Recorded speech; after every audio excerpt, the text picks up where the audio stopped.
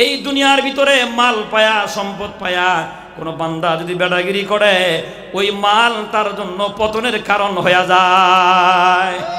পৃথিবীতে অনেক মালওয়ালা এমন ছিল বাবা, সারা বিশ্বের ভিতরে ধনীদের তালিকার ভিতরে বড় বড় ধনী মানুষ যারা ছিলেন, সময় পায়া কাউরে গোনে না, গোনার টাইম নাই, যেমন খুশি তেমন কথা বলে। ওই মানুষগুলোর বর্তমান পরিণাম হলো দাড়ি কাইডা নৌকায় গিয়া পলায়। কিসের কারণে? মালের অহংকার চলে আসছে বাবা। রব্বে কারিম বলেন, শোনো, মালটা তোমাকে দিলাম পরীক্ষা করার জন্য। কি জন্য বলেন? রব্বে কারিম বলেন, ফাআম্মাল ইনসানু ইযা মাবতালাহু রাব্বুহু ফাআকরামাহু ওয়া নাআমা। আল্লাহ রাব্বুল আমিন বান্দাকে পরীক্ষা করার জন্য দুটি জিনিস দান করেন। এক নাম্বার, আল্লাহ তাআলা তার সম্মান বাড়ায় দেয়। দুই নাম্বার, আল্লাহ রাব্বুল আমিন তার মাল বাড়ায় দেন। কয়টা? দুইটা। এ হচ্ছে আমার তেলাওয়াতকৃত আয়াত। হাদিস পড়েছি। قال النبي صلى الله عليه وسلم كما تعيشون تموتون وكما تموتون تبعثون وكما تبعثون تحشرون। আল্লাহ নবী বলেন, এ আল্লাহর বান্দা শোনো, তোমার দুনিয়ার জীবন হবে যেমন, এক কথায় তোমার কর্ম হবে যেমন, তোমার বিদায়টাও হবে। কয় না? কর্ম হবে যেমন, বিদায়টাও হবে। আল্লাহ নবী বলেন, কামা তাঈশুনা তামুতুন, তুমি দুনিয়ার জীবন চালাইবা যেমন, তোমার মরণটা হবে তেমন। আর মনে রাখবা, তুমি মরবা যেমন, কবরে উঠবা তেমন। আর মনে রাখবা, কবরে উঠবা যেমন, হাসরেও উঠবা তেমন। এক কথা, দুনিয়ার জীবন যেমন হয়, কর্ম যেমন হয়, বিদায়টাও, বলে না, কর্ম যেমন হয় বিদায়টাও তেমন হয়। কর্ম যদি ভালো হয়, বিদায়টাও ভালো আশা করা যায়। কোনো ইমাম যদি 5-7 বছর 15 বছর কোথাও ইমামতি করে, খতিবগিরি করেন, এই 15 বছরও যদি বান্দাদের মনের ভিতরে জায়গা করে নেয়, এই বান্দা বিদায় নিলে সম্মানের বিদায় নিয়ে যায়। আর যদি 15 বছর এমন কাম করছে বাবা, জাতির সামনে মুখ দেখানো যায় না। অনেক ইমাম দেখবেন খেতা বালিশ নিয়ে রাত্রে ফলায়। কি বুঝেন? মানে কর্ম হবে যেমন, বিদায়টাও হবে। এটা তো ওয়াজ করার দরকার নাই, সবাই জানেন। বিগত 16 বছরে কর্ম ছিল যেমন, বিদায় হয়েছে। কয় না? কয় না? কর্ম ছিল যেমন, বিদায় হয়েছে। কেমন বিদায়? জমিন দিয়ে পালায়া যাওয়া লাগে নাই, আসমান দিয়ে উড়ে যাওয়া লাগছে। এজন্য মনে রাখবেন হেডলাইন, কর্ম হবে যেমন, বিদায় হবে। আমার আপনার 60 বছরের জিন্দেগি, ওই বেডি মাত্র 16 বছরের হিসাব মিলাইতে পারে নাই। 16 বছরের হিসাব না মেলার কারণে যদি আকাশ দিয়ে উড়ে যাওয়া লাগে বাবা, আমার আপনার বয়স 50 বছর, 60 বছর, 70 বছর, আমাদের হিসাব যদি না মেলে, আমাদের কি উড়ে যাওয়ার জায়গা আছে? উড়ে কোনটাতে যাবেন বাবা? আসমানও আল্লাহর, জমিনও আল্লাহর। এজন্য হিসাব মিলাইতে হবে বাবা। কি মিলাইতে হবে বলেন? হিসাব মিলাইতে হবে। ওই কবরে যে শোয়া লাগবে বাবা, অনেক মানুষ দুনিয়া থেকে বিদায় নেওয়ার সময় নাপাকি অবস্থায় কবরে শুয়ে যায়। তাফসীরে কিতাবের মধ্যে আসছে, এরা অধিকাংশ সময় নারী হয়। নারী কারা বলেন? নারী। বুঝবেন কেমনে? অনেক সময় দেখবেন আমাদের গ্রামগঞ্জের মায়েরা হাতের ভিতরে নখ পালিশ, নেল পালিশ লাগায়। এটা কি কয় আপনাদের দিকে? চিনছেন তো? এটার ভিতরে কি পানি যায়? বোঝে না? এটার ভিতরে কিন্তু পানি যায় না। বোঝার জিনিস বাবা, ভালো করে বোঝেন। এটার ভিতরে পানি যায় না। মা বোনেরা হাতের ভিতরে লাগায়া একটু নিজের ক্রেডিট দেখাইলে অনেক সুন্দর লাগে। মনে রাখবেন, এটা হাতের ভিতরে লাগায়া স্বামী স্ত্রী ঘরের ভিতরে একই রাত্রে ঘুমাইলেন, গোসল হয়ে গেল ফরজ। ফরজ গোসলে পানিতে মনে হয় ঢুকছে। কয় না? তাহলে এই মেয়েটা দুনিয়ায় চলতেছে পাক না নাপাক? আওয়াজ দেন। তাহলে দুনিয়ার হায়াতে জিন্দেগি মাত্র কয়েকটা দিনের জন্য বাবা, হাতের ভিতরে নখ পালিশ লাগায়া আর একবারে দেখায় দেখায় তুমি ঘুরে বেড়ালা, আর সারা জিন্দেগি কাটাইলা তুমি অপবিত্র অবস্থায়। আল্লাহ নবী বলেন, দুনিয়া হবে যেমন, মরণ হবে ওই যখন মারা যায়। হাতের ভিতরে যদি নখ পালিশ থাকে, এবার তো ওই মেয়েকে গোসল দেওয়া হয় বড়োর পাতার গরম পানি, হলুদ বাটা গরম পানি। এবার তো মনে হয় পানি যাবে, গরম পানি যে যাইতো না। তাহলে এই মহিলা স্বামীর সংসার করলো পাক না না পাক? স্বামী সংসার করলো না পাক, ছেলে মেয়ে লালন পালন করলো পাক না না পাক? না পাক।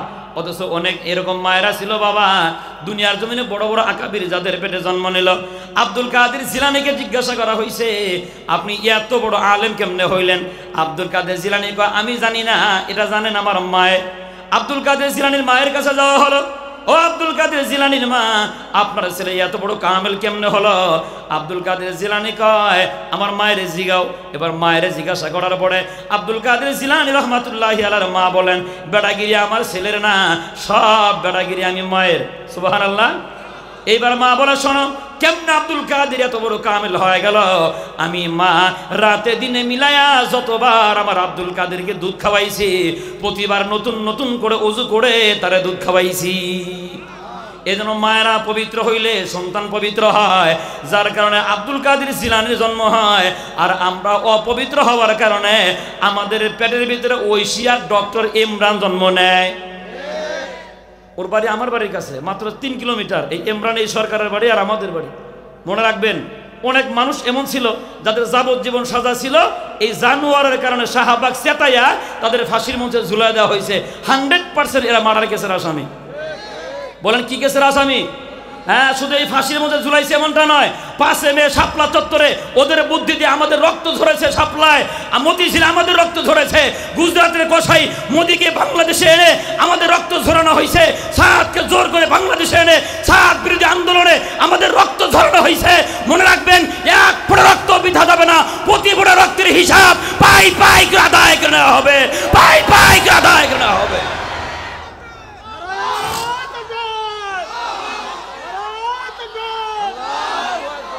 যদি আপনারা হিসাব না চান, এখন যদি বিচার দাবি করতে না পারেন, আবার বলে পরিষ্কার কথা, সামনে যারা ক্ষমতায় আসবে ওরা আমাদেরকে আরো বেশি মারবে। কেন জানেন?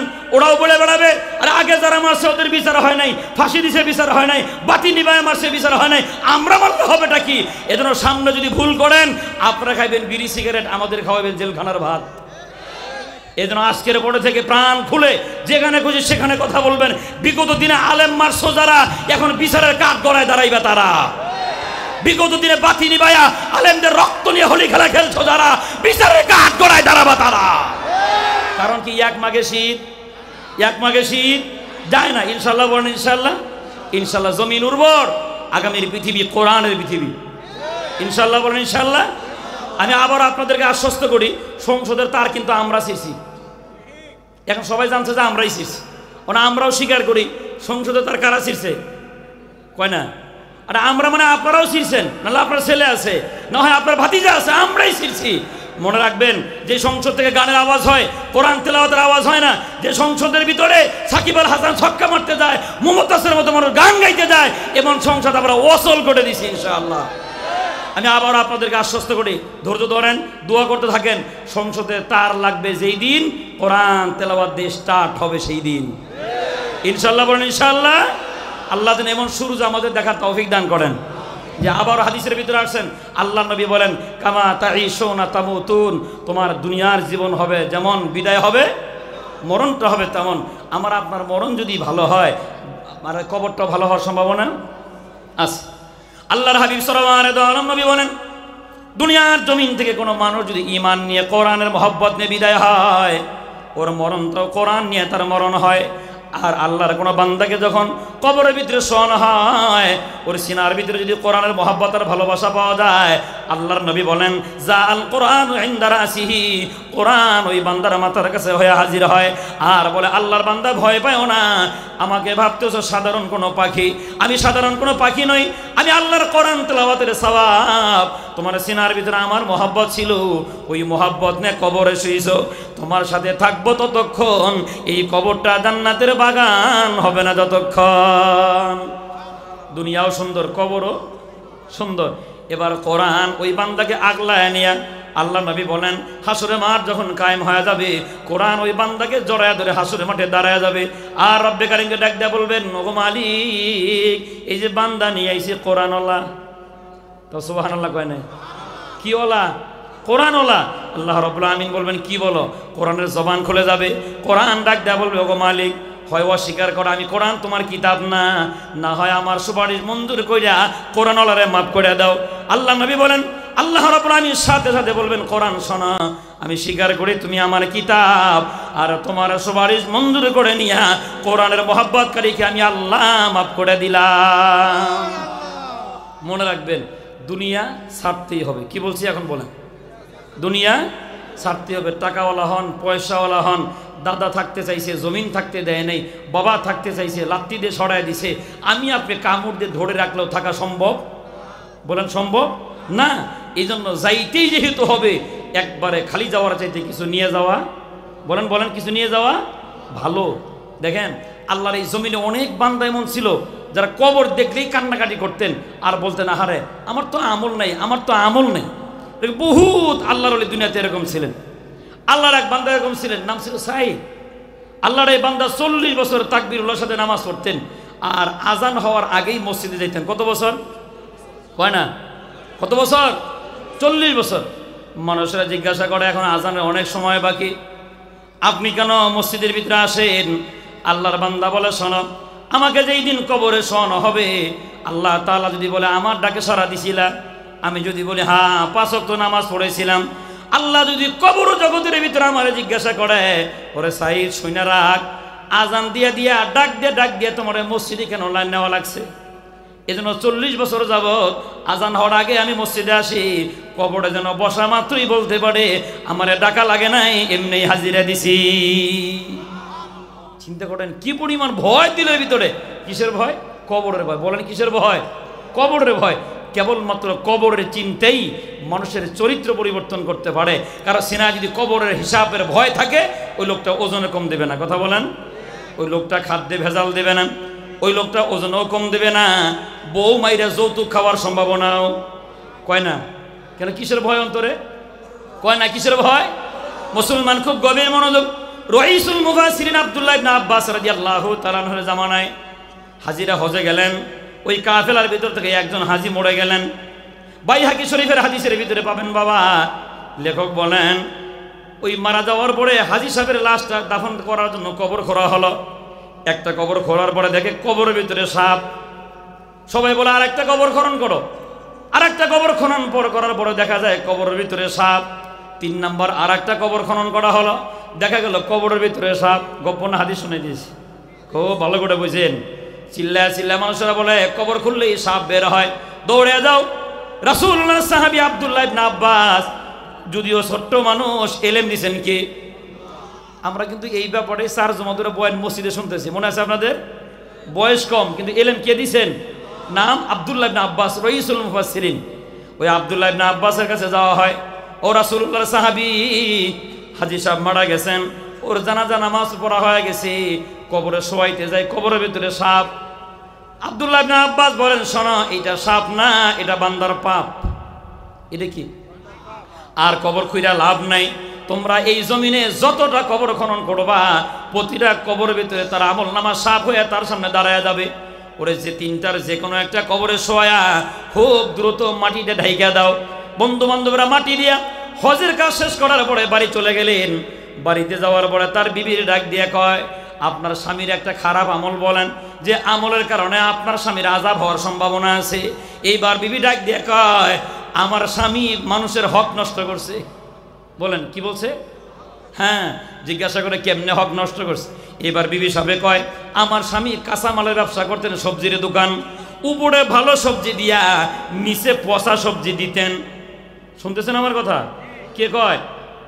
বউ। আমি জিজ্ঞাসা করলাম, আপনি মানুষকে ঠকান কেন? আমার স্বামী কয়, মাল কামাইলে এমনি কামান লাগে। এখনো দেখবেন হাজারো দুর্নীতিবাজ দুনিয়ার জমিনে 14 নম্বর মাল কামায়। বউ যদি বলে মরেই যাবা, মাল কামানোর দরকার নাই, হালাল পন্থায় কামাও, তখন স্বামী কয় মাল কামাইলে এমনি কামান লাগে। এমন লোক আছে না নাই? হ্যাঁ, খুব ভালো করে বুঝছেন। কিন্তু যখন ধরা খায়, বিবি সাহেবরা কিন্তু ধরা দেয় না। এটা আরো ভালো বুঝবেন। আপনারা হয়তো আগে আপনারা পরিচয় নিয়েছেন, আমি কিন্তু বিগত দিনে 2 এমপির বাতিজা এবং সাবেক মন্ত্রীর বাতিজা, গণশিক্ষা প্রতিমন্ত্রী জাকির হোসেন। আমার চাচার আরো ভালো পরিচয় হলো, দোয়া কইরা আমাদের প্রধানমন্ত্রীর বাবারে, সাবেক প্রধানমন্ত্রীর বাবারে জাহান্নামে পাঠাই দিচ্ছে। আপনি ইউটিউবে দেখেন, এখনো আছে। এইবারটা যেদিন ওই দোয়াটা অনুষ্ঠানটা করে আসার পথে আমাদের সাথে একই সাথে নাস্তা খাই, আমি বলছিলাম, চাচা আমি তো মন্ত্রীর বাতিজা, আমাকে তো একটু পাওয়ার আছে, আমাকে নামে শুধু মামলা লাগে, আপনার গাড়িতে আমি গেলে তো মার্শাল্লাহ আমার আর মামলা লাগতো না, চলেন। এখন হ্যাঁ, সব মানুষের সামনে বলে দোয়া তো আমরাও জানি। কি কয়? দোয়া আমরাও জানি। দেখবেন এই যে অহংকার চলে আসছে, এরকম অহংকার করে যারাই দোয়া করছে, হেরাই দোয়া উল্টাপাল্টা করছে। ওই যে পর্দা উদ্বোধন হয়েছে দেখবেন, কোরআন তেলাওয়াত করছে, কোরআন তেলাওয়াতের হাড্ডি গুড্ডি সব অর্ডার করে ফেলাইছে, মানে একটা আয়াত শুদ্ধ নাই। আর আমার চাচা বেটাগিরি করে দোয়া করতে গেছে, আমি লাইভ দেখলাম আসরের নামাজের পরে চাচা মাইক নিয়ে কই দিয়েছে, আল্লাহ জাতির জনক বঙ্গবন্ধুকে জাহান্নামের উত্তম জায়গা করে দিও। এই মালটাই আমার চাচা, এই মালটা কি, হ্যাঁ 4 কোটি টাকা তার বাথরুম থেকে বেরিয়েছে। কয় কোটি? হ্যাঁ বাথরুম থেকে বেরিয়েছে এই চাচা। এখন তো জেলখানায় খাইতেছে ভাত। পরে আমি জিজ্ঞেস পোলারে, কিরে চাচা যাবি নইছে? ও ভাই মামলা হনো লাগতে আছে, 11টা মাত্র লাগছে। কয়টা? না আমার ভাইতে দোয়া করেন। আচ্ছা ঠিক আছে দোয়া করবো না, তাহলে আমার কাছে যেটা দোয়া চাইছে, তাহলে আপনাদের কাছে আমি দোয়া চাই, আপনারা দোয়া করেন আল্লাহ যেন আমার চাচার হজম শক্তি বাড়ায় দেয়। হাসতেছে। আরে ভাই দোয়া চাইলাম তো, জেলখানার ভিতরে তো সকালবেলা সেকা রুটি দিতেছে, খায় হজম না হলে তো বাড়াবে, ফুড পয়জনিং হইব। সহজতার জামিন হইতেছে না। 11টা আর আমাদের নামে 4টা 5টা, তাই 16 বছর ধরে ভুগতাছি আমরা, শেষ হয় না। আর চাচা লাগছে 11। আমার 4টা যদি 16 বছর হয় তা 4 11 44, তাহলে আশা করে লাভ নাই, 44 বছর থাইকা লও। এই জন্য প্রাণ খুলে দোয়া করে দেন, চাচার হজম শক্তি আল্লাহ করছেন তো, মন থেকে দোয়া করছেন তো ইনশাল্লাহ। মনে রাখেন দুনিয়ার জীবন হবে যেমন, বিদায়টাও হবে। মুসলমান খুব গভীর মনোযোগ। বিবি ডাক দেয়া কয়, শোনা আমার এই স্বামীরে বারবার বোঝানোর পরে সে ফেরত আসে নাই। মালের ভিতরে ভেজাল দিয়া বান্দারে খাওয়াই দিত। আমি বলতাম ভেজাল দিয়েন না। সে বলে বান্দার হক নষ্ট করে যা মনে তা হক মাল কামাইলেই হয়।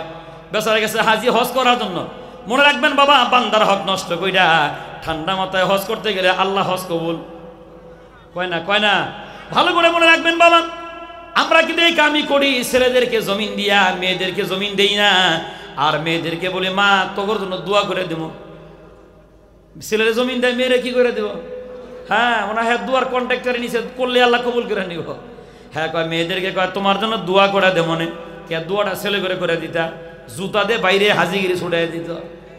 এই জন্য ছেলেদেরকে জমিন দেয়, মেয়ে করে দোয়া করে দেয়। মেয়েদেরকে বলে মা তোরা দোয়া করিস, আল্লাহ যদি সহি সালামতে মক্কা মদিনা ঘুরায় আনে তোগোটাও ফয়সালা করে দেবো। এবার হাজি সাহেব হজ করে আয়া সুন্দর করে জুব্বা লাগায় মাথার মধ্যে পাগড়ি বাঁধতে ঘুরে বেড়ায়। বাবা মেয়েরা এসে আব্বা জমিন দাও, মা দুনিয়ার বেজালে আমারে ফালাইস না। বেজা দরবেশ, এরকম দরবেশ আছে না নাই? মেয়ের হক দেয় নাই, বোনের হক দেয় নাই, লম্বা জুব্বা গাই দিয়া দরবেশ হয়ে গেছে হাজি হইয়া। মনে রাখবেন বাবা, খালি হজ না, লক্ষ কোটি টাকা দিয়া হাজরা আসওয়াদ কিনা তাবিজ বানায়া গলায় ঝুলাইলেও আল্লাহ কবুল করবে না। ওই যে দেখেন হাজি সাহেবের খবর কি, কবরের ভিতরে আযাব হয়। মানুষরা বলে আব্দুল্লাহ ইবনে আব্বাস যখন বলে দিলেন এটা বান্দার, এটা সাপ না, তার আমল নামার পাপ, তোমরা তাড়াতাড়ি তারে মাটি দিয়ে দাও। সমস্ত হাজিরা কয় দ্রুত গতিতে মাটি দিলাম। আমরা লক্ষ্য করে দেখলাম আল্লাহর বান্দাকে কবরে শোয়ানোর সাথে সাথে সাপ আয়া তার শরীর পেঁচে ধরে। আমরা সুন্দর করে ঢাইকা দিয়া আয়া কইলাম, ও আব্দুল্লাহ ইবনে আব্বাস এই বান্দার বাঁচার কি কোনো পথ আছে? ওর বউরে জিগাও আরো কোনো আমল আছে কিনা। আর কোনো ভালো আমল নাই, দুনিয়ার জমে শুধু মানুষকে ঠকাইতো। কি কয় মানুষে? এই জন্য বাজান এখান থেকে শিক্ষা নেওয়া দরকার। ওই কবরে যেহেতু যাওয়াই লাগবে, কাউকে ঠকাইয়া যাওয়া যাবে না। মনে রাখবেন কাউকে যদি আপনি ঠকাইতে চান বাবা, নিজে ঘুরে ঘুরে নিজেই ঠকে যাবেন, কিন্তু টের পাওয়া। এটা গত জুমায় মনে আমি বলছিলাম, মনে না থাকলে আবার মনে করে দিই। ওই যে বলছিলাম বাবা আল্লাহর এক বান্দা মিষ্টি বানায় বাজারে মিষ্টি সেল দেয় শোরুমের ভিতরে, আর শোরুমের কাছ থেকে চেনি কেনে 1 কেজি করে। কয় কেজি? 1 কেজি করে চেনি কেনে, সুন্দর করে আবার মিষ্টি বানায়া আল্লাহর ওই বান্দার কাছে দেয় মিষ্টি বেছো। এখন এই বাটা আজকে একটু মাপ দিয়ে দেখি, মাপ দিয়ে দেখে প্রতি কেজিতে 150 টাকা কম। কয় টাকা? এবার বেড়ার তো মেজাজ খারাপ, আগামীকাল তুই মিষ্টি নিয়ে আয়, তোর মিষ্টি পরীক্ষা করে পরে তোর জরিমানা নেবো। পরের দিন সামনে দাঁড়াও, তোমার সব কিছু ঠিক আছে, মিষ্টির গুণগত মানও ঠিক আছে, তবে সমস্যা হলো ওজনে কম। কি কয়? ওজনে কম। দাঁড়াও মাইফা দেখি 1 কেজি করে মাফে কতটুকু করে কম? 150 টাকা করে কম। এবার কয় জরিমানা দে, যতদিন ধরে আমার মিষ্টি দাও প্রতি কেজিতে তুমি 150 টাকা করে জরিমানা দাও। এবার ওই মিষ্টি বানানোওয়ালা হাত উঁচা করে কয় স্যার মাফ করবেন, আমি জীবনও কোনোদিন মিষ্টি মাইফা আপনারা দেই না। কেন জানেন? পাল্লা, আর আমি যে পাথর কিনবো টাকা নাই, শুধুমাত্র পাল্লা কিনছি বাবা। প্রতিদিন 1 কেজি করে চেনি আপনার কাছ থেকে কিনা নিয়ে যায়, এক পাশে চেনি দেই আর এক পাশে মিষ্টি দেই। তাহলে আমার মিষ্টি যদি 150 টাকা করে কেজিতে কম হয়, আপনার চেনিতেও কত কম? কয় না? আপনি তাহলে ইচ্ছে করে আমাকে 150 টাকা করেছেন, কম দেন। এইবার বেড়া বাড়ি যে বউরে কয়, ওরে ঠকাইতে গিয়ে নিজেই ঠকে গেছি। এই জন্য মনে রাখবেন, বান্দারে ঠকাইবে যারা ঠকে যাবে। কয় না বান্দারে ঠকাবে যারা ঠকে যাবে। হ্যাঁ, বিগত দিনে আমাদেরও ঠকাইছে। আমরা রাগ করলেও কথাটা আমি বলবো, কোন ভালো করে বুঝছেন। বিগত দিনে আমাদের কেমনে ঠকাইছে, আমাদেরকে বুলাইয়া বালাইয়া একটা সার্টিফিকেট দিছে। কি দিছে? মানে দাওরা পরীক্ষা দিলে সরকারি একটা সনদ দিছে। এখন অনেক ওলামা একরাম আমার এই কথার সাথে একমত না হলে সেটা আপনার ব্যক্তিগত ব্যাপার। আপনি যদি কমন সেন্স একটু বুঝে থাকেন, তাহলে সবাই আমার এই বক্তব্যের সাথে একমত হইবেন। খুব ভালো করে বুঝেন। দিল সনদ, ওই সনদে আমরা চাকরি পাই না। আমি নিজে খবর না দেখছি, চাকরি নাই। কারণ সনদ আরবি, লেখাপড়া করছি আমরা আরবি, প্রশ্ন হয় ইংরেজি। আমি নিবন্ধন পরীক্ষায় যখন পরীক্ষা দিতে গেছি, আমার প্রশ্ন করছে কচু খাইলে গলা চুলকায় কেন? আচ্ছা, এটা কি আপনাদের এমদা দিয়ে পড়ায় হয়? স্কুলের পড়া। আমার জিগাই তো ওজুতে কয় খরচ, এটা আমি কইতে পারতাম। আমার জিগায় কচু খাইলে গলা চুলকায় কেন? এটা আমার জিজ্ঞেস। মানে আমাদেরকে লাঞ্ছনা গঞ্জনা দিয়া সার্টিফিকেট দিয়ে পানি খাওগা। এটা কেমন হয়েছে জানেন? কষ্ট দিছে কি ভাই? আমি আবারও বলেছি, বাইরে দাঁড়ায় আছেন, আল্লাহর হস্তে একটু বসেন। মানে আমি মাফে খাটো তো, আমার মেজাজ খুব পাতলা, তারপরে অনেকটা ধৈর্য ধরছি, কিন্তু এখনো আমি আবারও বলতে বসেন না, চলে যান। দাঁড়ায় দাঁড়ায় আদবের খেলাপ। জি, পরিবেশটা অনেক সুন্দর হবে যদি আপনারা একটু বসেন, একটু সময় নেন। আমি আবারও বলছি, আল্লাহর রাস্তায় একটু বসেন। এমনও হতে পারে এই মাহফিলটা আমাদের নাজাতের উসিলা হতে পারে, কিন্তু আমরা বুঝি না। এই যে দেখেন, সব মিলে 40 জন ছাত্রের মাথায় ফাঁকি দেওয়া। ছাত্রীখানে এই ব্যাপারে মনে করেন না। একটু আগে খতমে বোখারি হয়েছে, 30 পারা কোরআনের হাফেজ 27 জন। আলহামদুলিল্লাহ বলেন। এটা আপনাদের ফসল, আপনাদের সন্তান, আপনাদের টাকা, আপনাদের পয়সা, আপনাদের মেহনতের ফসল। একটু পরে পাগড়ি প্রদান করা হবে। আপনারা চাইলে এদের কাছে দোয়া নেবেন। আগামীকাল সকালে মাদ্রাসা আসবেন বোতল নিয়ে, ওই হাফেজ ছাত্রদেরকে বলবেন, বাবা একটু ফু দাও। মনে রাখবেন, ওই পানির এত দাম, ওই জমজমের পানি খাইলে যেমন রোগের শেফা হয়, হাফেজ ছাত্রদের পানির ফু নিয়েন, আল্লাহ চাইলে এমন শেফা দান করে দিবেন। কিন্তু আমরা বুঝি না। আল্লাহ তাআলা আমাদের সহি বুঝ দান করে, বলে আমিন। জি, বলছিলাম কবরে যেহেতু যাইতে হবে, কিছু নিয়ে যাওয়া দরকার। এই ভাগে কি বললাম ভাই? কাউকে ঠকায় কবরে যাওয়া কয় না, কাউকে ঠকায় কবরে যাওয়া যাবে না। এইবার আসেন, এই যে আপনাদের এই মাদ্রাসায় দাওরা হাদিসের 2 বছর আগে, মানে জালালাইন মেশকাত দাওরা, চূড়ান্ত পর্যায়ে হলো দাওরা হাদিস। এর নিচেরটা মেশকাত, তার নিচেরটা জালালাইন। এই জালালাইন তাফসিরে জালালাইন বলা হয়, যেটা পড়ে বক্তা হওয়া যায়। এই তাফসিরে জালালাইনের যিনি লেখক, উনি লিখতেছেন ঘটনা, যার তাফসির আমরা পড়ে আপনাদেরকে শোনাই। এই আল্লাহর এই বান্দা ঘটনা লিখতেছেন। আল্লাহর এক বান্দা মক্কায় যাওয়ার পথে রাস্তায় পড়ে মরে গেছে, হার্ট অ্যাটাক করে মরে গেছে। সমস্ত হাজিরা মরুভূমির ভিতরে কি কই পাবে, কাবন কোথায় পাবে? বলছে সবাই এক কাজ করো, এহরাম তো ডাবল কাপড় কার কার কাছে আছে, একটা করে কাপড় নিয়ে আল্লাহর ওই বান্দাকে 3টা কাপড় দিয়া কবরে শোয়ানো হবে। এখন কবর যে খুঁজতে হইব, সামান পাইব কই? কোদাল নাই।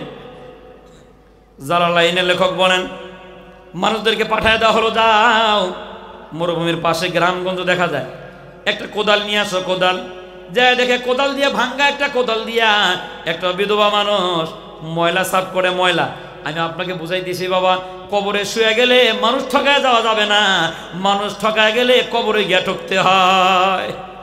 জালালাইনের লেখক বলেন, মহিলাকে বলা হলো কোদালটা দাও। ওই যে লোক মারা গেছে, আমরা জানাজাও পড়ে ফেলছি, মাটি দেব কবর খোঁড়ার মতো আমাদের কোনো সামান নাই। মহিলা কয়, আমার বাচ্চা কাচ্চাও নাই, আমার স্বামীও নাই, একটা শর্তে কোদাল দিতে পারি, নিয়ে যাও। আবার আইনা বাড়িতে দিয়ে যাও লাগবো। হ্যাঁ, ওয়াদা করছে, সবাই মিলে ওয়াদা করছে, হ্যাঁ আমরা কোদাল দিয়ে যাবো। সুন্দর করে কবর খনন করা হলো। কবর খনন করে আল্লাহর বান্দাকে শোয়ানো হলো। দ্রুত গতিতে কাজ করতে গিয়া ঘটনাক্রমে কোদালটা কবরের মধ্যে রয়ে গেল। মাটি দেওয়া শেষ, একজন আরেকজনের কয়, কোদাল কোদাল তো আর এক বেডির কোদাল, আমরা ওয়াদাবদ্ধ মাটি দিয়ে কোদাল ফেরত দেব। জালালাইনের লেখক লেখেন, আমরা সবাই সিদ্ধান্ত নিলাম, এখন যদি আমরা কবর খনন করি কোদাল নেওয়ার জন্য, এতে কোনো সমস্যা নাই। মাটি দেওয়ার সময় কারো প্রয়োজনীয় জিনিস যদি কবরে পড়া যায়, ইচ্ছে করলে কবর খুইরা ওই জিনিসটা বের করা যাবে, এটা না জায়েজ নয়। জালালাইনের লেখক বলেন, মানুষেরা দৌড়ে গিয়ে কবর নতুন করে খনন করো। নতুন করে কবর খনন করার পরে দেখা গেল একটা আগুনের শেকল দিয়া ওই লাশ সহ কোদাল সহ পেঁচে রাখা হয়েছে। সাথে সাথে ছিদ্র বন্ধ করে দেওয়া হলো, আর বলে সাবধান, আযাব হইতেছে, আযাব, যায়ও না, লাগলে কোদালের জরিমানা দাও। সবাই মেয়ের মহিলারে যায়, কয় মা ওর কবরটা বড় খারাপ। কি কারণে কোদাল ফেরত দিতে পারলাম না জিগায়ও না, পারি নাই কোদাল আমরা ফেরত দিতে। এই যে না, এমন টাকা পয়সা দিয়ে গেলাম 4টা কোদাল কিনা নিও, তবে আমাদেরকে জিগায়ও না কেন আমরা কোদাল আইনা দিতে পারি নাই। এবার মাটি দেওয়ার পরে তার বিবিরে জিজ্ঞাসা করা হলো, আপনার স্বামীকে আমরা মাটি দিলাম, মাটি দেওয়ার পরে লক্ষ্য করে দেখি কোদাল সহ আগুনের শেকল দিয়া আপনার স্বামী কবরের ভিতরে পেছানো। এইবার মহিলা হাত উঁচু করে উচিত শিক্ষা হয়েছে। কি কয়? উচিত শিক্ষা হয়েছে। সব মানুষেরা কয় আরে স্বামী আপনার, আপনি কেমনে করলেন? উচিত শিক্ষা হয়েছে। এবার বিবি ডাক দিয়ে কয়, আমার স্বামীর সাথে তার পার্টনারশিপের ব্যবসা ছিল, নিজের বন্ধুরে বুলায়া বালায়া বাড়িতে আনছে, বাড়িতে আইনা তার নিজের পার্টনারশিপের টাকা বন্টন করতে গিয়া পার্টনারশিপের টাকা আমার স্বামী মেরে দিছে। শুধু মাইরাই দেয় নাই, ওই ব্যবসায়ীরে বাড়িতে যাইতে দেয় নাই, রাতের আধারে কবর খুইরা যেই কবরে বন্ধুরে দাফন করছে ওই কবরে কোদাল সহ দাফন করছে। বুঝতেছেন কিছু? দুনিয়ায় ঠকাইলে কবরে গিয়া ঠকতে হয়। এজন্য যাইতে যেতে হবে বাবা। কবর জগতে গেলে এমন কিছু নিয়ে যাওয়া দরকার যে আমল করলে কবর আমারে চাপ দিবে না, যে আমল করলে কবরে হিসাব হবে না। হাদিস শরীফের ভিতরে পাওয়া যায় কোনো বান্দার ভিতরে 7টা আমল যদি পাওয়া যায়, 7 আমলের কারণে কবরে তার হিসাব হবে না।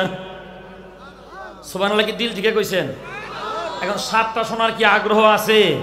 সবারই আছে ইনশাল্লাহ? ইনশাল্লাহ। পরবর্তী হুজুর যদি চইলাও আসে 1 মিনিটে হেডলাইন হলো আমি বলে দেবো, তাও যদি না পারি আগামী জুমায় বলবো ইনশা। কয় আমল বাবা? কয় আমল? 7টা আমলে মনে আছে বাবা।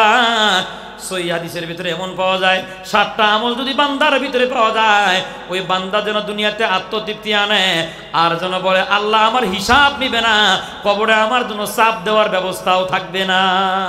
কয় আমল বলেন? বলেন। 7 আমল। 1 নম্বর আমল, জমিনের ভিতরে ধর্মের জন্য ধর্মযুদ্ধে যদি কেউ শহীদ হয়, শহীদের কবরে আযাব নাই, শহীদের কবরে কোনো হিসাব নাই। সুবহানাল্লাহ। কবি বলেন বমাহাশর গর খোদা পুরসিদ বগো আন্দার জবাবেও শহীদে খঞ্জরে ইশকাত গওয়াহিয়া কাফন দাড়াম। ওই যে আগের হাদিস মিলান, দুনিয়ার জীবন হবে যেমন, মরণ হবে তেমন। মরণ হবে যেমন, কবরে উঠবে, শহীদেরা কবরে উঠবে, গা দিয়ে রক্ত বের হবে, জামার ভিতরে রক্তের চিহ্ন পাওয়া যাবে। আল্লাহ রাব্বুল আলামিন জিজ্ঞাসা করবেন, আরে শহীদের দলেরা তোমাদের গায়ের ভিতরে রক্ত মাখা জামা কেন? শহীদরা বলবে গো মালিক, ধর্মযুদ্ধে শহীদ হয়েছিলাম, শহীদ হওয়ার কারণে আমাদের কাফন দেয় নাই, আমাদের গায়ে যে কাপড় ছিল ওই কাপড় দিয়ে জড়ায়া আমাদেরকে কবর দেওয়া হয়েছে। আল্লাহ খুশি হয় বলবেন, শহীদেরা দাঁড়াও, তোমাদের শাহাদতের কারণে, ওই রক্তের কারণে আমি আল্লাহ তাআলা কবর আযাব মাফ করে দিয়া বিনা হিসাবে জান্নাতের ফয়সালা করে দিলাম। কয় নাম্বার বলেন? কয় নাম্বার? 1 নাম্বার। কাদের হিসাব হবে না? শহীদদের। শহীদদের কি হবে না? শহীদদের কোনো হিসাব হবে না। 2 নাম্বার, যারা রাষ্ট্রের পাহারা দেয়, যদি কোনো ডিবি এখানে থেকে থাকেন, পুলিশের গোয়েন্দা কারা থেকে থাকেন, ভালো করে শুনে নেন। যদি কোনো আল্লাহর বান্দা রাষ্ট্রের পাহারা দেয়, স্বাধীন দেশের ভূখণ্ড হেফাজতের জন্য যদি রাত্রি পাহারা দেয়, আর রাত্রি পাহারা দেওয়া অবস্থায় যদি সাপে কাইটা আসমানে গজবে, জমিনে গজবে, রোড অ্যাক্সিডেন্টে যদি কোনো বাহিনী মারা যায়, আল্লাহ তাআলা তার কোনো হিসাব নেবে না। তবে ঈমান থাকা জরুরি না? না জরুরি? কয় না? কয় না? আর যদি এমন ঈমান হয়, রাত পাহারা দেয় কথা ঠিক, গাড়ি চাক্কায় লাইট মারে, কয় চাক্কার বিট নাই, সাইড করেন। গাড়ি সাইড করার পরে কয় 3000 টাকার একটা মামলা নিয়ে যান। হ্যাঁ, কিরম পাহারাদার দেখায়? ও চাক্কার বিট খোঁজে, আমার কত মহব্বত করে। আর এক মামু কয় বাড়ি আপনার রংপুরে আসছেন নেত্রকোনায়, মামলা খাইলে 1 মাস পরে আবার মামলা ভাঙ্গান লাগবে, দরকার নাই, 2000 টাকা হাদিয়া দেন। বুঝছেন কিছু? কেমন রাষ্ট্রের পাহারাদার দেখেন, চাকার বিট আছে, একটু ক্ষয় যাইতেই পারে, হ্যাঁ খামাখা কেমন টাকা নেবো, হ্যাঁ দান্দায় থাকে। এই দান্দা বাদ দিয়া রাষ্ট্রের হেফাজতে, রাষ্ট্রের মানুষের নিরাপত্তায় যদি কেউ রাত কাটায় দেয়, ওই অবস্থায় তার মরণ হলে কবরে আযাব হবে না? বলেন, কবরে আযাব হবে না? এই জন্য ডিপার্টমেন্টে যারা চাকরি করে এদের জান্নাতে যাওয়া বড় সহজ, শুধু ইমানটা ঠিক রাখলেই চলে। হ্যাঁ, তবে ইমান ঠিক রাখা বড় কঠিন। আমার আব্বাটা ধরে নিয়ে গেছে জেলখানার ভিতরে, থানায় ঢুকাই রাখছে। আমারাই কয় আমরা তো আলেম মানুষ, কেমনে কথা বলি, বাতি জ্বলতেছে, সিসি ক্যামেরা, আসেন একটু আমার সাথে। ওই বাহিরে গিয়ে ওই গাছের ছায়া আছে না, অন্ধকার, ওই রাত্রে অন্ধকারে আমার নিয়ে কয় আগামীকাল সকালবেলা মানুষের দেখার আগে হ্যান্ডকাপ লাগানো ছাড়াই চালান করে দিব, 2000 টাকা দিয়ে যান। কত মোহাব্বত করে আমারে দেখেন। হ্যাঁ, চরিত্র পাল্টাইতে হবে ভাই। চরিত্র না পাল্টাইলে আপনাদের প্রতি দৃষ্টিভঙ্গি জাতির এখনো কিন্তু ঠিক কথা কয় না। কেমনে বুঝেন? এক মহিলা বয়ান কষ্ট দিছে কি ভাই, এক মহিলা বয়ান শুনছে যে আল্লাহর কাছে চাইলে আল্লাহ দেয়। বাড়িতে গিয়ে হাত উঠে দোয়া করে, আল্লাহ আমি একান্ত গরিব মানুষ, নিতান্তই গরিব, সংসার চালানো বড় কষ্ট হয়, আয় আল্লাহ আমার 1 লাখ টাকা দাও, সংসার যেন ভালো করে চালাইতে পারি। কয় লাখ? এখন দোয়া করে, দোয়া করতে করতে একবার চিন্তা করলেন এখন কেমনে আল্লাহরে পৌঁছাই। কাগজে কলম নিয়ে এবার সিডি লেখে বরাবর আল্লাহ। কার কাছে লেখে?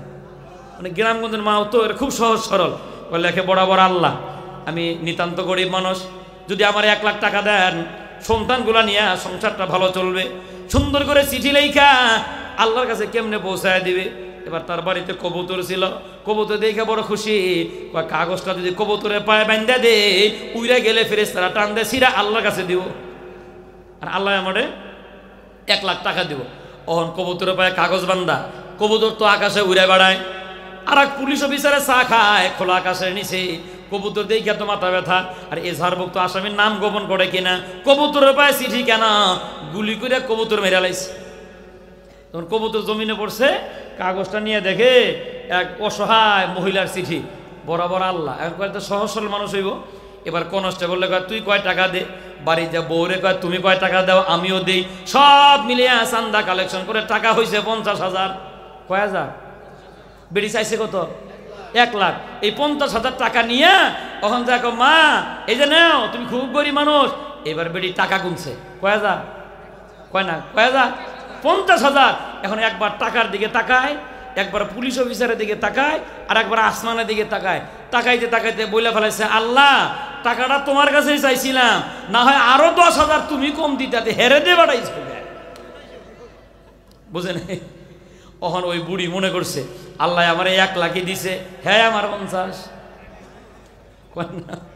আচ্ছা আসলে কি মেরে দিছে না? এই জন্য জাতির দৃষ্টিভঙ্গি যেমন ওনাদের মধ্যে কল্পনাও করে তেমন। এই জন্য দৃষ্টিভঙ্গি বদলাইতে হলে নিজেদের চরিত্র পরিবর্তনের দরকার আছে না নাই? এই যে মজার হাদিস শুনে যান, আল্লাহ নবী বলেন রাষ্ট্রের পাহারাদার করতে গিয়া, রাষ্ট্রের মানুষের নিরাপত্তা দিতে গিয়া যদি কোনো পুলিশ অফিসারের মরণ হয়, যদি নিরাপত্তা বাহিনীর কারো মরণ হয়, আল্লাহ তাআলা কবরে তার আযাব দিবে না, বিনা হিসাবে আল্লাহ তারা জান্নাতের মালিকানা দিয়ে দেয়। আমলটা ভালো না খারাপ? হ্যাঁ, তবে খুব কঠিন কাজ এটা। কারণ কি জানেন? রাস্তায় লেগুনা আটকায় 10 টাকা নেয়, আর আমাকে কয় আরে হুজুরা রাস্তায় রাস্তায় মাইকিং করে টাকা নেয়, রাস্তায় রাস্তায় গাড়ি আটকায় টাকা নেয়। তাহলে তোমরা যে লেগুনার কাছ থেকে 10 টাকা নিলে ওটা কি হাদিয়ে নিছো? কথা কয় না।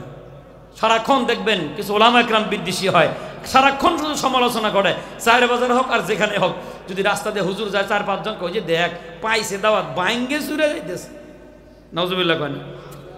আর যদি একটু আস্তে আস্তে হাঁটে, হুজুর খাওয়া কি বেশি হয়ে গেছে, কই যাইবেন? ওখানে যদি জোরে জোরে যায়, ওই দেখ হুশ নাই, দাওয়াত দিচ্ছেন বেশি খাইছে তাও দোষ, কম খাইলে তাও দোষ। দুপুরবেলা বেলা ঠান্ডা লাগছে, নাক বন্ধ, খাইতে পারে না, যা কিছু দিচ্ছেন খাইছে, অল্প একটু খায়, কয় ভাই জায়গা মুখে রুচি নাই। কয় না আসল কথা কন আর একটা আছে। হ্যাঁ আজকাল খোঁচা মারার তালে আর একটা আছে। আর যদি একটু বেশি খায়, ভর্তাটা ভালো হয়েছে, ভাজিটা ভালো হয়েছে, ডাউলটা ভালো হয়েছে, মজা করে খায় ফেলাইছে। এখন বাটি যখন ভিতরে নিয়েছে, বাটি তো খালি। বই কয় একটা হুজুর এত ভাত খাইলো, কইস না, খাইতে খাইতে পেটটা ফুটবল বানায় গেছে। তাহলে কম খাইলেও দোষ, বেশি খাইলেও দোষ, রাস্তা আস্তে হাঁটলেও দোষ, জোরে হাঁটলেও দোষ। আবার দেখবেন ইমামতির আর এক জ্বালা, লম্বা সূরা কইলেও দোষ, ছোট্ট সূরা কইলেও দোষ। খুব ভালো করে বুঝেন। ইমামে রমজান মাসে চিন্তা করছে যে ইফতার থুইয়া বসছে, নষ্ট হয়ে যাইব, তাড়াতাড়ি নামাজটা শেষ করে সুন্দর করে আমি আবার খাবো না। আর নামাজে দাঁড়ায় গেছে, আগে বড় সূরা পড়াটা এই নাতানে দিয়ে স্টার্ট করছে। ঘটনা কর্মে মসজিদের সভাপতি আবার মুরব্বী মানুষ, ভাই আপনি রাগ করেন না, আপনি জোয়ান মানুষ, এরা আমার সভাপতি, এরা আগে কই নিলাম আর কি, এরা তো মুরব্বী মানুষ। এনে ইফতার খায় আস্তে আস্তে আইতে দেরি হয়েছে, এই নাতানে দিয়ে স্টার্ট করছে না, অন্ত হ্যাঁ 1 রাকাত পায় নাই। যখনই 1 রাকাত না পাইছে, নামাজ শেষে তো লইছে ইমাম সাহেবরে, এই মিয়া বেতন কি কম দেই না বড়? কয় রাকাত পায় নাই? এত সুডো সুরে খুলেন কে? ইমাম সাহেব ঠিক আছে সামনে থেকে ভালো হয়ে যাবো না।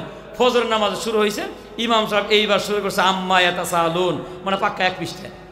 ওহন তো বেড়া তো মুরব্বী মানুষ গেছে গা ওজু নষ্ট হইয়া, এখন নামাজের পরেই কয় চোখ দিয়ে দেখে নামাজ পড়ে না, পিছনে কারা কারা থাকে। ইমাম কই যাইব আমার এখন বুঝা, বুঝতেছেন কি আমার কথা?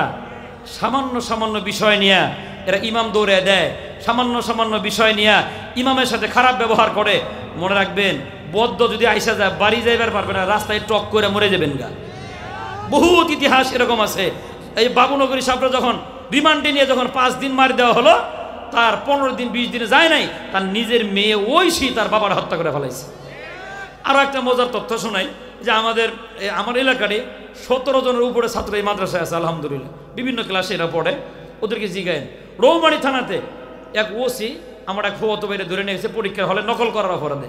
আচ্ছা, নকল অনেকেই করে না, মানে এটা যে কোনো একটা ফেসে ফেলে ওরা নিয়ে গেছে, ভালো কথা। পরে আমি যে করলাম, স্যার ও ছেলে হিসেবে ভালো, খারাপ না। ও বলতেছে নকলের কাগজটা আর একজনে তারা দিছে, আপনি একটু সরজনে তদন্ত করেন। আয়া আমারে কয়, বেশি কথা বললে তোরেও লোকাবে ঢুকাবো। ওই একটাই শিখছে, খালি ঢুকাইবো আর বাড়ি করবো, ঢুকাইবো আর মানে পুঞ্জি ওর একটাই। ওটা আমি বলছি, দেখেন লকাবে ঢুকাইবেন, ইচ্ছা করলে ঢুকাইবেন পারেন, আপনারও ক্ষমতা আছে। মনে রাখবেন আমারও কিছু ক্ষমতা আছে। আমার ক্ষমতা কার উপরে? এটা কইলাম না মানে হ্যাঁ তেলে বাগুনে জ্বলে গেছে। হে চেয়ার থেকে লাভ দাও উঠে আমার ঘাট ধরে ধাক্কা দিয়ে আমার ফেলাইয়া দিছে। এই পাগড়ি পড়ে গেছে এক জায়গায়, টুপি পড়ে গেছে এক জায়গায়। আমি আর কিছুই বলি নাই, পাগড়ি আর টুপি উঠে আবার বান দিয়ে আর মালিক তুই দেখিস, এমন কথাই মানে আমি তো বদ্ধ দিই না, খালি মালিকের কাছে দিয়ে দিছি।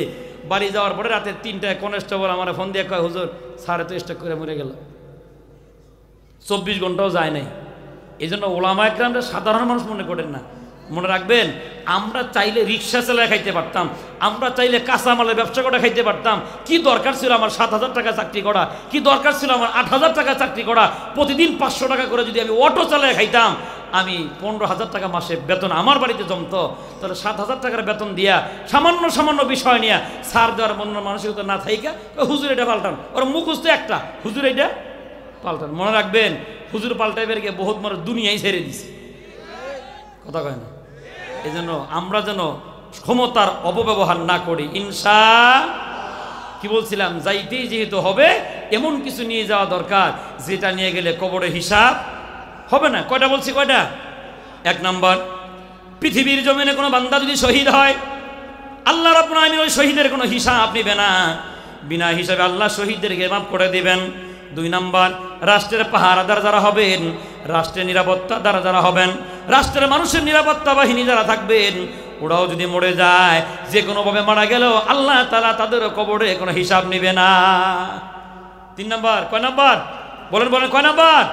3 নম্বর, দুনিয়ার জমিনে কেউ যদি কোরআনকে মহব্বত করে, শুনতেছেন আমার কথা? মনোযোগ আছে তো? কারে মহব্বত করে? কোরআনকে কেউ যদি মহব্বত করে, সামান্য সময়ে তার যদি গুনাহ থাকে, ওই গুনাহের কারণে আল্লাহ তাআলা তার আযাব দিবেন। আযাবটা হবে হালকার উপরে ঝাপসা। হালকার উপরে ঝাপসা বুঝেন? এটা বাস্তবতা বোঝার জন্য আবার আমার চাচার কথা বলি। বিগত 16 বছরের ক্ষমতা থাকার কারণে চাচার মামলা ছিল, কিন্তু গ্রেপ্তারি পরোয়ানা হয় নাই। নিয়মিত ট্যাবলেটের ব্যবসা করতো, নিয়মিত গান্দার ব্যবসা করতো। এখন সব মামলা লাগতেছে। আগে লাগলো না কেন? ক্ষমতা থাকার কারণে। তাহলে আগেও কিন্তু তদন্ত হয়েছে, সুষ্ঠু তদন্ত হয় নাই, গ্রেপ্তারি পরোয়ানা হয় নাই, ক্ষমতা শেষ, গ্রেপ্তারি পরোয়ানা চালু হয়ে গেছে। এই জন্য ওলামা একরাম বলেন, শহীদ বলেন, এদের আমল নামা যদি ছোট্ট ছোট্ট গুনাহ থাকে, আল্লাহ তাআলা সাত্তার নাম নিয়ে বলবেন, এ আমার নাম সাত্তার। এদিকে হাদিস আসছে, মুসলিম শরীফের হাদিস, এক জাহান্নামীকে আল্লাহ ডাক দেবেন, এদিকে কই যাস? আমার ফয়সালা জাহান্নামে, আমি তো জাহান্নামেই যাই। দুনিয়ায় কোনো ভালো মানুষের লোকের সম্পর্ক ছিল না, মুসলিম শরীফের হাদিস শোনাই দিছি। তখন ওই লোকে বলে, একটু মনে করে দেখি। মনে করতে করতে করতে করতে এরকম কিছু মানুষ পাওয়া যাবে, ওই লোকের সাথে সে ভালো কাজ করতো। নামগুলো বলবে, আল্লাহ আমি অমুক অমুক লোকের লোকে ঘুরে ভালো ভালো কাজ করতাম। ফিরিস্তারা সাক্ষী দেবে, আল্লাহ হ্যাঁ এই লোকগুলো ভালো ভালো কাজ করতেন। আল্লাহ রাব্বুল আমিন বলবেন, ওর ভালো কাজগুলো সামনে আন, আর আমার সাত্তার নামটা সামনে নিয়ে পিছনে দিয়ে মাফ করে দে, এটা মাফ করে দে। এই জন্য ওই ওয়াবতাগু ইলাইহিল ওয়াসিলা, এমন এমন কিছু আমল সামনে দাঁড় করাও যে আমলকে ওসিলা করে আল্লাহ মাফ করে দিবে। ওই একটা আমল হলো কোরআনকে মহব্বত করা। আল্লাহ নবী বলেন, যখন ওই মৃত্যু ব্যক্তি কবরে শোয়ানো হয়, যা আল কোরআন ইনদা রাসিহি। আরো একটা রিওয়ায়াতে মনে আসছে, সবুজ রঙের পাখি হইয়া ওই মৃত্যু ব্যক্তির বুকের মধ্যে বসা যায়, ডানা দিয়ে আগলায় রাখে, আর বলে, আল্লাহর বান্দা ভয় পাও না, আমি সাধারণ কোনো পাখি না, আমি তোমার কোরআন তেলাওয়াতের সওয়াব, সূরা মুলকের তেলাওয়াতের সওয়াব, ভয় পাও না। এই কবরটা যতক্ষণ জান্নাতের বাগান না হবে, ততক্ষণ পর্যন্ত আমার সুপারিশ বন্ধ হবে না। কোরআন আইসা আগলায় রাখবে আর বলবে, এটা কোরআনওয়ালা। কি ওলা বলেন? কোরআনওয়ালা। এবার ফেরেশতারা কবরে ঢোকে। আর একটা হাদিস এরকম আসছে, যা আল কোরআন ইনদা রাসিহি ওয়াস সালাতু আন ইয়ামিনিহি ওয়া সিয়ামু আন শিমালিহি ওয়া সাইরুল হাসানাতু ইনদা রিজলিহি।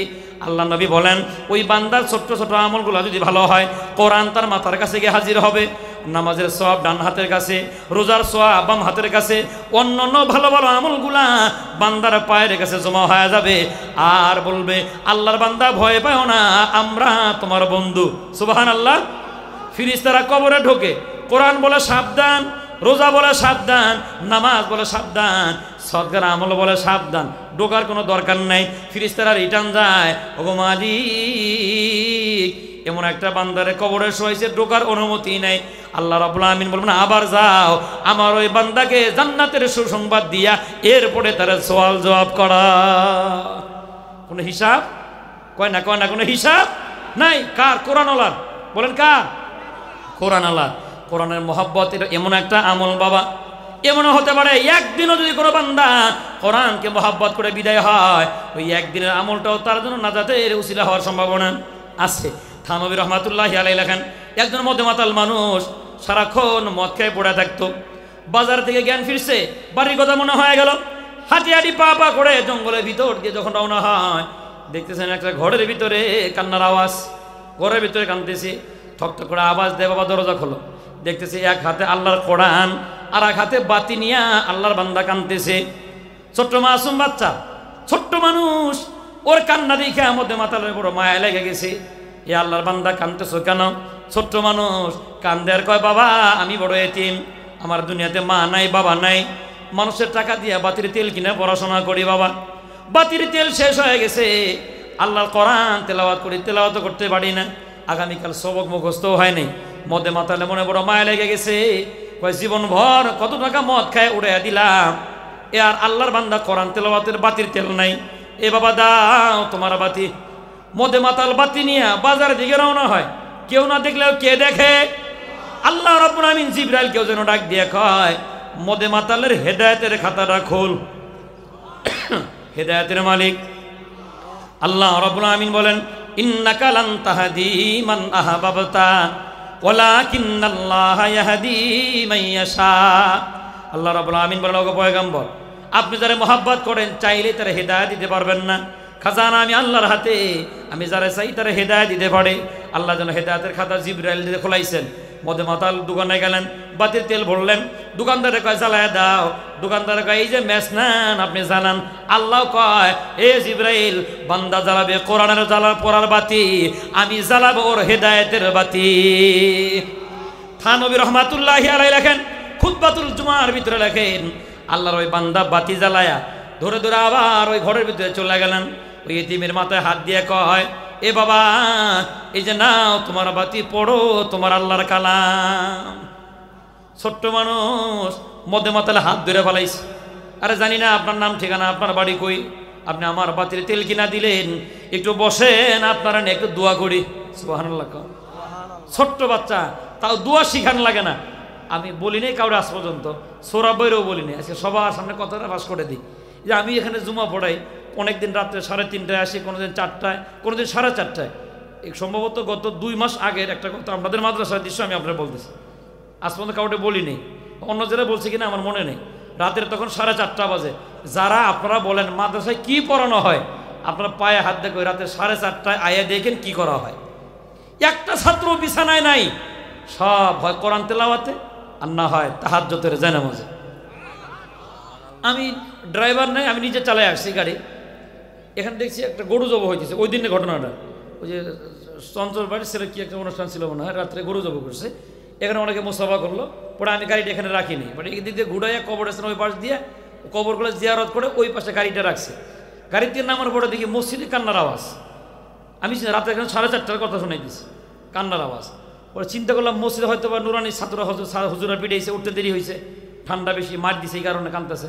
তা আমি একটু বুঝাইলে মনে হয় বুঝবো। আবার চিন্তা করলাম যে হেফজখানার পোলাপানরা হয়তো বা মারামারি করে, ছোটো পোলাপান তো দুইটা মেরে দিছে, মসজিদে গিয়ে কাঁদতেছে। পরে আমি ওই দরজা দিয়ে মসজিদের ভিতরে ঢুকে পড়ছি, যা দেখি 3 জন ছাত্র। কয়জন?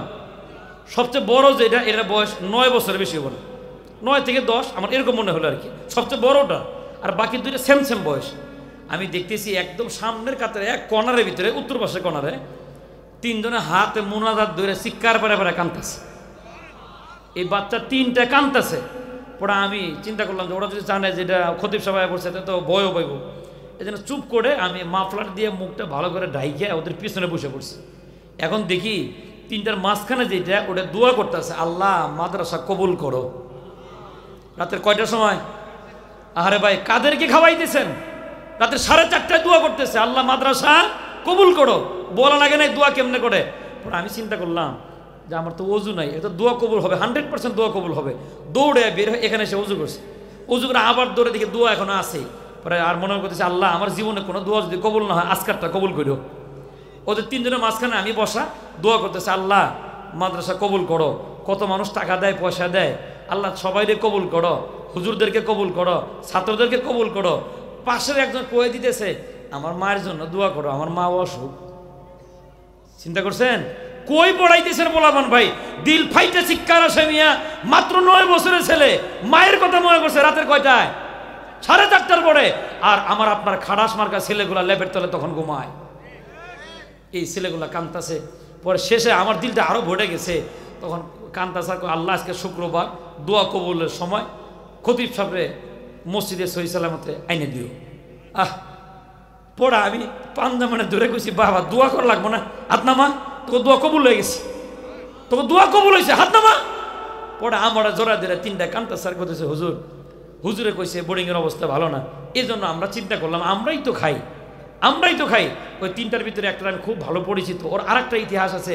মাদ্রাসা যেদিন বন্ধ, বৃহস্পতিবার ছিল, শুক্রবার আমি মসজিদে আয়া দেখি, সকালবেলা আসছি গাড়িতে, লোকালে তখন আসছি, আইসে দেখি ওই মসজিদের দোতলায় উঠছি আমি, দেখি দোতলা খোলা, একটা ছেলে উপুড় হইয়া 4:30 দিকে ঘুমাই গেছে, কেউ নাই। এখন আমার কি যেন একটা প্রয়োজন, আমি ওটা এ বাবা উঠো। উঠে দেখি চোখ মুছতেছে, ওই ছোট্ট ছেলে চোখ মুছি। আমি বললাম, বাবা কাঁদতেছিস কেন? কারণ আমার ধরে রাখে, হুজুর সবাই বাড়িতে গেছে, আমার যাওয়ার জায়গা নেই, আমার যাওয়ার জায়গা নেই। জিজ্ঞালাম কেন? আমার তো মাও নাই, বাবাও নাই, আমি তো এতিম, যাবো কই? চাচার বাড়িতে থাকতাম, চাচার ফোন দিছি, চাচাকে আমরা বাড়িতে নেই, আমি যাবো কই? এই জন্য যাই নাই, হুজুরও বলিনি।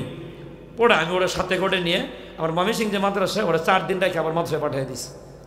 অসহায় আপনাদের এখানে আছে। এজন্য আমলের সুযোগ যেহেতু আসছে ভাই, কোরআন মাথার কাছে আসে, একদিনের আমল জিন্দিগিও কামিয়াব হয়ে যেতে পারে। দেখেন মদে মাতাল কয় দিনের আমল, কয়টা আমল? ছোট্ট মানুষ হাত কান ধরে কয়, আল্লাহর বান্দা যায়ও না, তোমার নিয়ে একটু দোয়া করে দে। মদে মাতাল হাত উঠাইছে, আল্লাহর ওই বান্দাও হাত উঠাইছে, রাত গভীর, কোরআনুল কারীম ঘরে রাখার পরে, মালিক জানি না কোন মায়ের সন্তান আমি পর্যন্ত আইনা দিলা, আয় আল্লাহ গভীর রাত্রে দোয়াটা কবুল করো। তোমার যে বান্দা কোরআন পড়ার বাতি জ্বালাইছে, আল্লাহ তার হেদায়েতের খাতায় বাতি জ্বালাইয়া দাও। মাসুম বাচ্চারা দোয়া আল্লাহ কবুল করে নিলেন। আল্লাহর বান্দা বাড়িতে গেলেন, বাড়ি যাওয়ার পরে দরজা খোলা মাত্রই হার্ট অ্যাটাক করে মরে গেছে।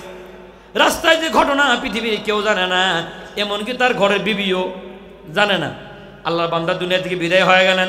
সকালবেলা বিবি চিৎকার করে কাঁদেন আর বলেন, এ মুসলমানেরা আসো, আমার স্বামী যদিও মদে মাতাল কিন্তু মুসলমানের সন্তান, জানাজাটা পরে একটু মাটি দাও।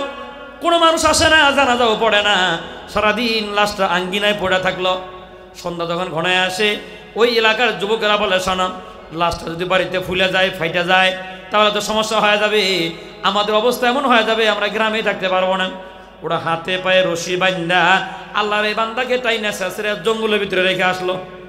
কেউ জানা জানে, তা জানেন কে? ওই রাত্রে আল্লাহ রাব্বুল আমিন সমস্ত আল্লাহর ওলিদেরকে স্বপ্ন দেখাইলেন। আর কত ঘুমাইবা, যায় দেখো আমার এক মাহবুব বান্দা ওই জঙ্গলের ভিতরে পড়ে আছে, ওর হাতে পায়ে রশি বান্ধা। ফজরের নামাজের পরে সমস্ত আল্লাহর ওলিরা এক জায়গায় বসার পরে স্বপ্নের কথা বলে। একজন বলা মাত্র আর একজনে কয়, স্বপ্নটা আমিও দেখেছি। আর একজনে কয়, স্বপ্ন আমিও দেখলাম, চলো জঙ্গলের তালাশে বের হয়ে যাই। জঙ্গলে গিয়ে তালাশ করা শুরু করে দিলেন। গিয়ে খুঁজতে খুঁজতে জঙ্গলের এক প্রান্তে গিয়ে দেখেন আল্লাহর এক বান্দা পড়ে আছে, হাতে পায়ের ভিতরে রশি বান্দা। দেখা মাত্র একজনে কয়, লা হাওলা ওয়ালা কুওয়াতা মাগার কাইসা বাশারা হায়। লা হাওলা ওয়ালা কুওয়াতা মগর কিসা বশর হয় সুরাতে ইনসান মগর দুম তো নেহি হয়। আয় আল্লাহ, কেমন মানুষ বন্ধু বানাইলা, সবাই স্বপ্ন দেখলাম এটা তোমার বন্ধু, মুখে তো দাড়ি। আর একজনে কয় আর ওয়াজ বাদ দাও, কবিতা বাদ দাও, স্বপ্ন যেহেতু মিলে গেছে রাইখা যাওয়া যাবে না। হয়তো বা গোপনে কোনো আমল আল্লাহ কবুল করে নিছেন, চলো না ওরা গোসল দেই। মদে মাতালরে গোসল দিয়া জানাজা নামাজ তৈরি হয়ে গেছে, মানুষদেরকে ডাকে, মানুষেরা আসে না, কয় না মদে মাতাল আমরা যাবো না, আপনারাই পড়ান। অমনি দেখা গেল দূর থেকে কে যেন সাদা পাঞ্জাবি পড়া দৌড়ে আসে, দেখা গেল এটা মাদ্রাসার ছাত্র। হুজুর এখানে জানাজা? কয় হা। মাইয়াত পুরুষ না মহিলা? পুরুষ। দেখার নাম? হ্যাঁ দেখো। আল্লাহর এই বান্দা গিয়া কাপড়ে কাপড় সরাইলেন, চেহারা দেখা মাত্র চিৎকার জমিনে পড়ে গেছে, মাথার ভিতরে পানি দেওয়ার পরে সমস্ত ওলামা একরাম জিজ্ঞাসা করে, বাবা এই লোকটা তোমার আত্মীয় স্বজন? কয় না। রক্ত সম্পর্কের কেউ? কয় না। কয় তাহলে দেখে তুমি বেহুশ হইলা কেন? আল্লাহর বান্দা ডাক দিয়ে কয়, হুজুর আপনারা জানেন না, আল্লাহর এই বান্দা গত রাত্রে আমার কোরআন তেলাওয়াতের বাতির তেল কিনে দিছে। আল্লাহর এই বান্দা শুধু বাতির তেল কিনে দেয় নাই, তার এই দুইটা হাত আমার মাথার উপরে দিয়া আল্লাহর বান্দা ওয়াদা করে গেছে, আমাকে বলে গেছে কানতে হবে না, আমি দুনিয়ায় বাঁচবো যতদিন তোমার এই কোরআন তেলাওয়াত করার বাতির তেল কিনা দিব ততদিন। এই যে বান্দা মরে গেছে, আমার বাতির তেল আজকে শেষ হলে কে কিনা দিবে? অমনি হুজুরেরা সমস্ত মানুষদেরকে বলে, শোনো, বাহ্যিক দৃষ্টিতে কাউকে দেখে খারাপ মন্তব্য করিও না, অন্তরের মালিক, অন্তরের মালিক আল্লাহ। বাহ্যিক দৃষ্টিতে লোকটা বেনামাজি, ওরে খারাপ ভাষায় গালি দিও না, এমন হতে পারে ওর অন্য অন্য ভালো ভালো অনেক আমল আছে, এক সময় নামাজ পড়া শুরু করলে আল্লাহর বন্ধ হয়ে যাবে। তুমি যে ওরে গালি দিলা, এই গালির জবাব তুমি কেমনে দিবা? এই জন্য কোনো বান্দার গালি দেওয়া যাবে না। কয় আসো, তাড়াতাড়ি আসো। যদিও তোমরা মনে করো মদে মাতাল, ওরে একদিনের আমল, একটা আমল আল্লাহ তাআলা এমন ভাবে কবুল করে নিছেন, যার কারণে আল্লাহ তাআলা তাকে বন্ধু বানায় নিছেন। কয় দিনের আমল? কয়টা? একটা। এটা কিন্তু 3 নম্বর আমল। কবরে গেলে কি হবে না? হিসাব হবে না। বলেন কবরে গেলে 7টার কয় নাম্বার? 3 নম্বর।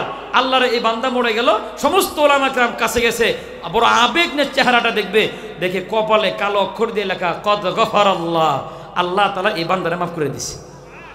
আল্লাহ তাআলা তারে মাফ করে দিছে। কয় দিনের আমল? কয়টা? একটা।